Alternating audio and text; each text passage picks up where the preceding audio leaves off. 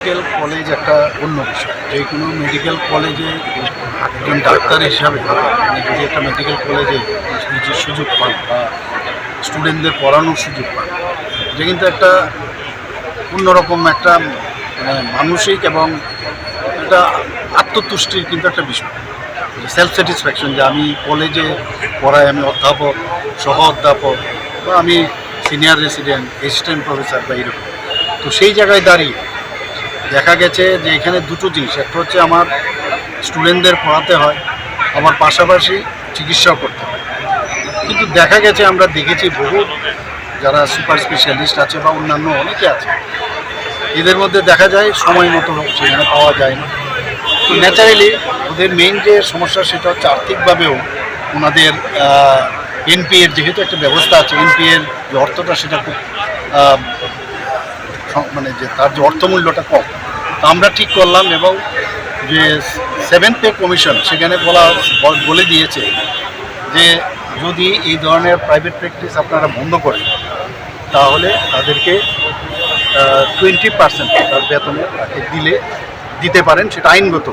সেটাকে আমরা সামনে রেখে আমরা ভারতবর্ষের বহু মেডিকেল কলেজের সাথে বিষয়গুলো আমরা খতিয়ে দেখেছি। তার উপর ভিত্তি করেই কিন্তু আমরা ঠিক করলাম যে আগরতলা মেডিকেল কলেজ যেহেতু এটা এবং হসপিটাল এবং এখানে ভালো ভালো ডাক্তাররা আছে, তাদেরকে যদি আমরা 20% বাড়িয়ে দিই এবং এটা বেশ বড় অ্যামাউন্ট কিন্তু, তাহলে তারা যেটা আমাদের এইমসের মধ্যে রয়েছে, আবার অনেক মেডিকেল কলেজে আছে, even king George medical college Lucknow আমি যেখান থেকে সেখানেও আছে, এরকম অনেক মেডিকেল কলেজে বহু রাজ্যের আছে। সেইগুলো আমরা খতিয়ে দেখার পর আমরা ডিসিশন নিলাম, কারণ আমাদের মেইন উদ্দেশ্য কী? মেইন উদ্দেশ্য হচ্ছে সাধারণ মানুষের সেবা। তো সাধারণ মানুষের সেবা যদি দিতে হয়, ডাক্তার বা নার্স বা অন্যান্য যারা প্যারামেডিক্সরা আছেন ওদের অ্যাভেলেবিলিটি থাকা দরকার। এর জন্য আমরা ডিসিশন নিলাম যে একটা আমরা প্রথম পাইলট স্টাডি আমরা করি, যেহেতু অনেক প্রদেশে সেটা আছে। তো আমরা আগরতলা গভর্নমেন্ট মেডিকেল কলেজে আমরা কেন না শুরু করি। ডাক্তার ওদের সাথে কথা বলেছি, ওনাদের যে সংগঠন আছে ওদের কনফিডেন্সে রেখেই কিন্তু আমরা ডিসিশন নিয়েছি। এরকম না আমরা জবরদস্তি। ওনারাও বলছেন হ্যাঁ এটা করা উচিত। আপনারাও জানেন মাঝে মাঝে আপনারাও ডাক্তার পাওয়া যায় না এবং পাওয়া যায় না। তো এই কারণেই আমরা ঠিক করেছি যদি আমরা এই অ্যামাউন্টটাকে বাড়িয়ে দিই, তাদেরকে যদি সাম্মানিকটা আমরা দিই, আমি জানি এতে করে তারা যেরকম ইনকাম করে সেটা হবে না, কিন্তু অ্যাটলিস্ট আমরা তো যা আইন বলছে আইনকে সামনে রেখে আমরা করেছি এবং অনেকে স্যাটিসফাইড। তারা বলেছিল যে কিছু আমাদের রেগুলার প্রমোশন যাতে দেয়, আমরা প্রমোশন যা আছে সবকটাই আমরা দেব এবং অনেকে তো ওয়েলকামও করছে এটাকে। এর জন্যে কিন্তু আইজিএম হসপিটালে নেক্সট হয়তো আমরা যাব। আমরা তো আগে একটা সময় ছিল, কোনো এক সময় সমস্ত ডাক্তারদের জন্যই প্রাইভেট প্র্যাকটিস বন্ধ করেছিল। আমরা এখন যাচ্ছি না, আমরা এটা পাইলট স্টাডি হিসাবে আমরা প্রথমেই Agartala government medical college GBP hospital, এই কারণেই আমরা এটাকে প্রথমে করেছি। আস্তে আস্তে করে আমরা দেখব আগামী দিন সেটা অন্য জায়গায় প্রয়োজনে সব কিছুই সাধারণ মানুষের কথা চিন্তা করে আমরা সেটা করব। কিন্তু কোনো ডাক্তারবাবুকে এরকম না আমরা জবরদস্তি কিছু করছি, ডাক্তারবাবুদের কনসেন্ট নিয়ে আমরা করছি। এখন এই সুযোগ সুবিধা আমরা যা দিচ্ছি তার মধ্যে কেউ যদি অ্যাকসেপ্ট করে তো ভালো, কেউ যদি অ্যাকসেপ্ট না করে তার জন্য অপশন থাকবে। জবরদস্তি তো প্রেশার দিয়ে কিছু করা যাবে না। প্রাইভেটও অনেকে ভালো করতে পারে এবং আগামী দিনে আমাদের ত্রিপুরাতে আগে তো স্পেশালিস্টই পাওয়া মুশকিল, এখন তো স্পেশালিস্ট আসছে 550-এর মতো এমবিবিএস সিট হয়েছে।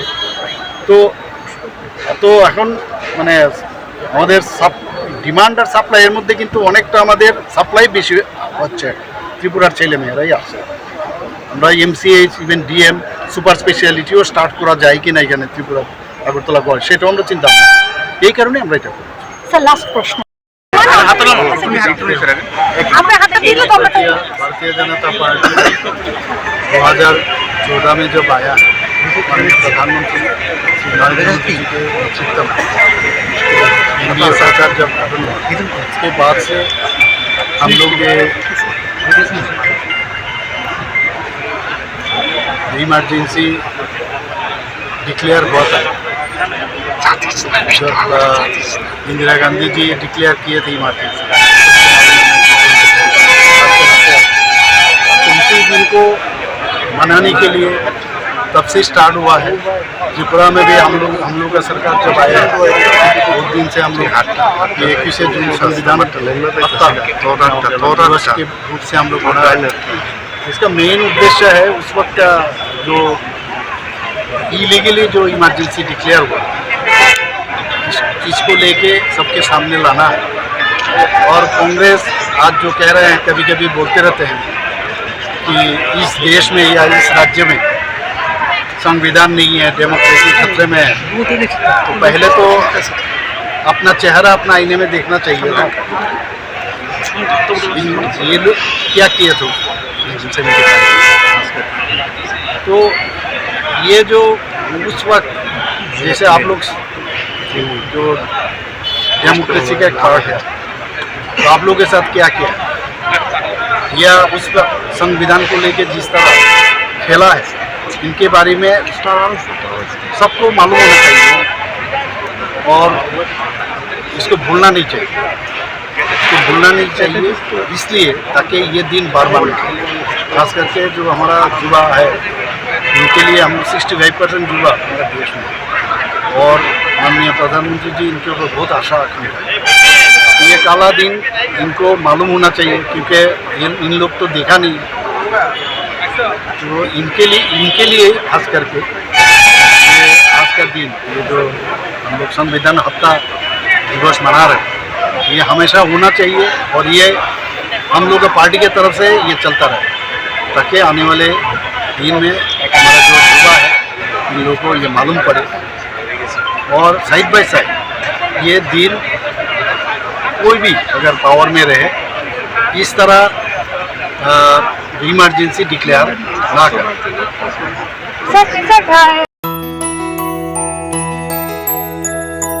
স্বাদে ভরা ঘিয়ের সুবাস লংতরায়, কি ভালো খেতে। শুদ্ধ ঘিয়ের আবেশ ভরা লংতরায়, অপূর্ব সুগন্ধ, পুষ্টি ভরা ঘিয়ের খাবার, গাওয়া ঘি প্রিয় সবার লংতরায়। একেই বলে বিশুদ্ধ ঘি। বিশুদ্ধ ঘি নাম মনে রেখো লংতরায়। লংতরাই ঘি রোজ খাবারে তোমাকে চাই। লংতরায় লংতরায় লংতরায়।